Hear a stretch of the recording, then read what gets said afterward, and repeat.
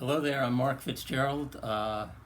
We're in my studio on a mid-spring, late Saturday afternoon in the middle of the COVID-19 epidemic. I've probably met some of you before. I was hoping to meet the rest of you this year, but things happened, and we're all doing things different than what we anticipated we'd be doing at this point. But I hope at some point some of you are still able to come out and visit the studio here and take part in a demonstration like we've done in years past. But anyway, I've got your list of questions that I'm going to read one at a time and try to answer as best I can, and hopefully I'll be able to provide you with the information you were seeking when you asked the question, and I hope it'll be helpful in inspiring you to keep working in clay and enjoying it as you do it. So we'll start with the first question about the teapot, and it says, when you are making the body of your teapot, why do you choose to throw two forms and put them together rather than making a large form?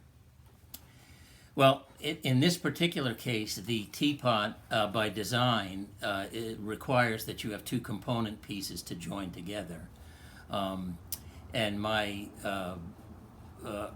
original concept of the piece was that I would take, it would be a flat disc or canteen shaped piece, and the easiest way to achieve that was to take two sort of flat straight sided bowls and join them together. There's nothing that means you have to do that to make a teapot. There are all kinds of shapes and forms you can use and other styles of teapots. So that was just a design decision that I came up with, and that's what it required. So that's that. How long does it take for you to make a teapot from start to finish? I always answer these questions about how long it takes to make a piece by saying it's an accumulation of years and years and years of practice and honing the skills that it takes to make good pottery, to be able to make it in any amount of time. So the making process itself, the throwing process on the wheel, just by its nature is a fairly quick process, so you have to work quickly. But I would say that in total for the teapot that I made in that video, there's probably 2.5 hours, maybe a little more, from start to finish. And that means from preparing the materials to forming the piece on the wheel to forming all the components, to trimming them, to joining all the components together, setting it aside to dry, finishing the edges, and then firing it in the bisque firing, taking it out, preparing it for glazing, applying the glaze, putting it back in a kiln with a load of other work, and firing it again, and then taking it out once it's finished with that, and inspecting it, and smoothing the bottom and any other areas of the piece that have developed rough edges or areas that need to be smoothed during the firing process. So there are a lot of steps to the process for each piece, but I'm also always, or most always, working in multiples. So I'm not just working on one piece at a time. I'm working in a series of pieces that I kind of do step by step. I go through each one and make them, but it's a lot of time and a lot of time getting to that point where you're able to do it at all. So that's the answer to that question. And I'm going to pause for a minute and we'll be right back. Okay, we're back, and the next question is, why did you use the stick with the sponge and place it in at the end of the pot?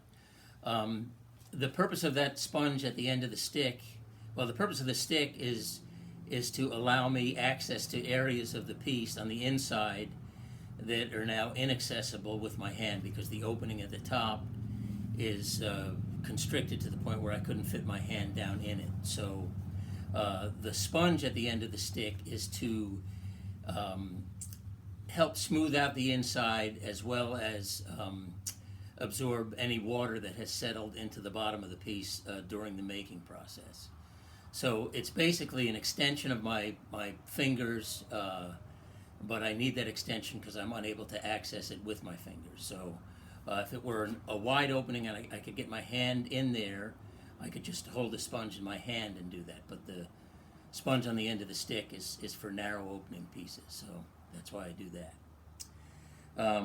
What kind of things should I keep in mind to perfect throwing a teapot? Well, there are a lot of sort of design and engineering considerations to take into account when you're making a teapot. First of all, if it's going to be a functional piece, it has to function. It has to pour without dripping. It has to be balanced when you're holding it. You have to be able to pour hot water from a tea kettle into the piece without too much trouble. And it has to sit flat, and so all those things go into making a functional teapot. Perfect is kind of there's no such thing. It's always the next piece will be the perfect one. But if you want the piece that you're working on to be as good as it can be, you have to achieve all of those sort of benchmarks that I just described. Balance, sitting flat, pouring without dripping, and being comfortable to hold. So those kinds of things are what you have to bear in mind. Next, what is the benefit to attaching the foot like that? How did you come to start making it that way? It was really cool to watch. Well, I'm glad you liked watching it.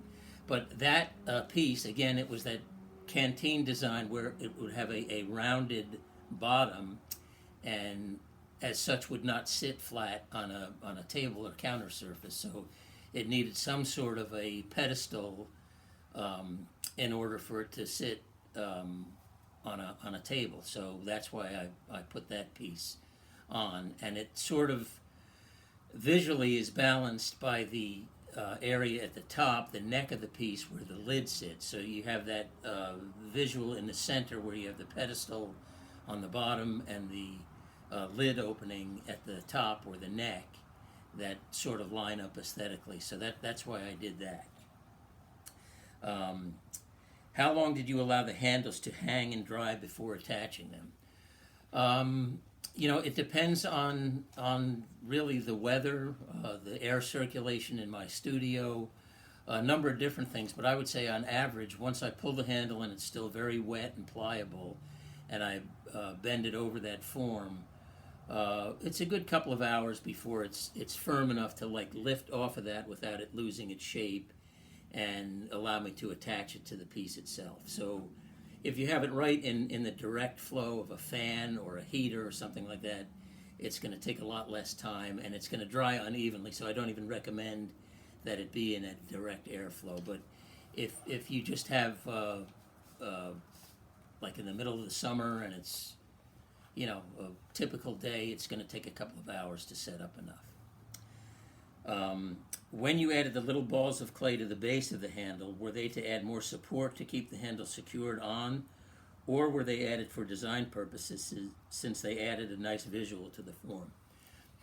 No, the handle itself, the way I make it and attach it to the pot on the teapot, without those little balls, it's a strong enough joint there that they aren't necessarily there for structure, and they don't provide any extra strength to the joint where the handle meets the pot. But I do like the aesthetic look of those little balls that I kind of blend into the handle.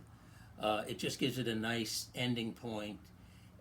Makes the handle seem like it's sort of growing out of the piece itself, and I just like it visually. It's structurally, you kind of, when you're attaching a handle, you kind of scratch it up and you add slip, so you make a bit of a mess there. And even after cleaning it up and smoothing it with a sponge, and you can get it so it looks fine that way. But I like the look that those little attachments add to the piece, so that's why I do that. How did he spiral the top? And I think you probably mean there the spiral that forms in wall of the piece as you're making it, or in the knob handle, whatever piece you were looking at. And that's just a function of applying pressure as the wheel revolves and your hand moves up and down. You're going to naturally etch a line of some kind into that, and because you're moving up and down and the piece is revolving, it's going to be a spiral just naturally. And it will either be in sharp relief or very subtle and more on the surface, depending on how much pressure you apply with your finger as you go up and down. The more pressure you apply, the sharper the edges of those spiral rings will be. So that's how that's done. How does he ensure the stability of his teapot with its form being wide and the base being small? Well, again, that form required a base of some kind. By itself, it would sit round. It would have not enough surface area in contact with a tabletop or a countertop to be stable sitting without that addition of the pedestal. So even though it is narrow, I've sort of designed it so that it will, in normal use, if it doesn't get, knocked over roughly, it will, sit without tipping over and sit stably on the table. So next one asks, after you used the calipers, what was that object that you used to trim the extra clay from the bottom of the form? That's actually a plaster cutting tool, and it's a tool that has a straight, sharp edge. And I use that almost every piece I make on the wheel at the end of the forming process or throwing process. There's always some excess clay down at the bottom where the clay joins the wheel. And I found that tool years ago to be very, very useful for making a nice clean cutaway of that extra clay. And oftentimes there's even more trimming that you have to do when the piece sets up a little bit, if you're going to trim a foot rim on it or any trimming at all. But that removes a lot of the excess clay that would have to be removed at some point anyway. And again, it's just like on a wooden handle, a length of steel tube at the end of which is that straight, flat, sharp edge that does a nice job of cutting, nice clean job. After measuring the rim of the pot, there was a tool used that kind of sharpened, cleaned up the edges shaped like a half circle. What was the tool used during that? I think maybe if you're talking about the sort of spiral I put across the body of the piece, there's just a wooden modeling tool that I use, and as the piece revolves around on the wheel, I just take that starting at the center. As the wheel revolves, again, I move from the center to the outside, and by the time I get to the edge, I've scribed a spiral into the piece. So that's what I do there. When you finish shaping the stem for the teapot, why did you cut the clay at an angle instead of straight across? I could have left it. I could have left it straight. I could have cut it at less of an angle. Could have not cut it at all. I like the look of that. So aesthetically, it is the main reason. But I also think that the sharp edge of that angle helps to interrupt the flow of liquid when you're finished pouring and you're placing the teapot back upright. It tends to be a nice sharp cutoff of the liquid that interrupts that flow without it dripping at all, hopefully. But that kind of angled edge, as long as it's sharp enough, should achieve that nice cutoff of the pour once you're finished pouring. Why do you make pieces to hold part of your teapot whenever you are trimming or pulling a wire? Why don't you just hold the piece on a flat surface and pull the wire then?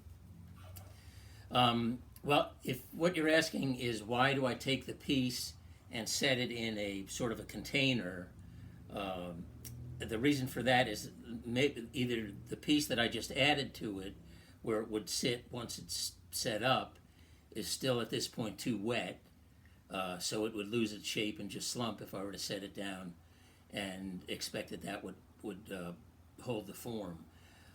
Or I haven't added that piece yet, and the form is still round on the bottom there, so it wouldn't sit balanced, and it'd tip over. So until I've got the pedestal added to it, and that pedestal has set up and is hard enough to support the piece, I need something to just set it in where it won't, fall over either way. So that's why I do that. When you pull handles for your pieces, do you pull them while they are on the piece, and how do you make it so that part of the handle that is attached to the piece looks so detailed? There are different methods for pulling and attaching handles. In this case, for this piece, I don't pull it off of the piece. I pull the handle separately, drape it over that curved form, and then when it sets up enough, I then attach it to the body of the teapot with some scoring of the area where it's going to attach and some slip there, and then placing and working the clay from the handle into the body of the pot so that there's a good strong bond. And then I sponge and smooth the area, and again add those little additions of the balls of clay that I kind of smear and blend into the handle. That's why I do that. When I have made teapots, I would only make one hole for the spout. Does making multiple holes in the form before attaching the spout easier to pour out of it? No, it doesn't make it easier, but because there are so many types of tea, and a lot of people, particularly people who use handmade teapots for using as a teapot, use loose tea. So they just put loose tea leaves or tea powder in the pot and pour the water in that and let the tea steep in that. So when you pour with that type of tea, those multiple holes, the smaller ones, provide a strainer to kind of prevent the tea leaves from coming out with the liquid tea. If you were to just make one hole and use that type of tea, you'd get a lot of tea leaves, and some people don't mind that. You'd get a lot of tea leaves in your teacup when you're drinking it. If you're using tea bags, it's really not an issue. The tea bags won't go out the spout, so you won't get any loose tea in your teacup with tea bags. But if you're using loose tea, unless you have one of those little infusers, they call them, where you put the tea leaves in that and then put that in the pot, this is a kind of a different way to strain the tea to keep it from going into the teacup. So that's why I do that. When you throw your spouts, why do you cut them off with extra clay? Does this help ensure that the spout will be attached, or is it for design? A little bit of both. I cut it a larger amount of clay than I need because I've designed it so I want it to fit within the horizontal run of the area where it's going to attach evenly from side to side. And the best way I can do that is by making it too big and then putting it up to the piece and cutting away the area that I don't need, that I don't want there, and having and then once I cut that away, I even then thin the edge of that out so that that area attaches more easily and more visually pleasing into the piece itself. So that's why I do that. It's better to have too much and be able to cut away than not have enough, because it's hard to add, and especially pieces like that. So that's the reason for that. Do you always throw your spouts to be around the same visually?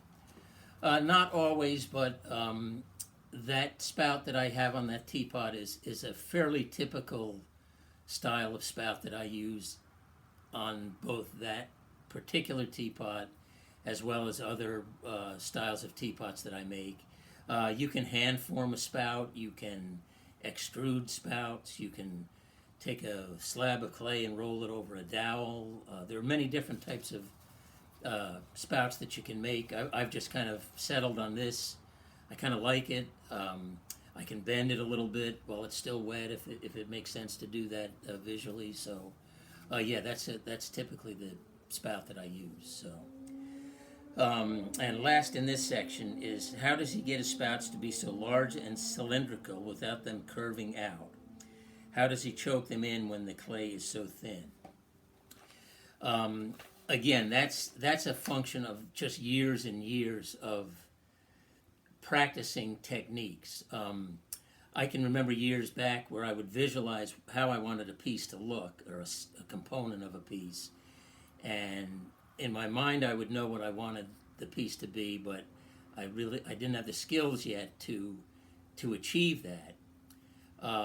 But after years and years of repetition and practice, and losing a lot of pieces, you get to a point where you can like transfer the visual image you have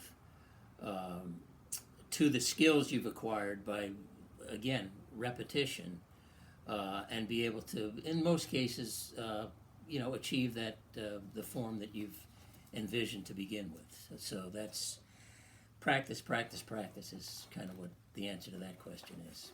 Okay, I'm going to pause here and we'll be back for another section shortly.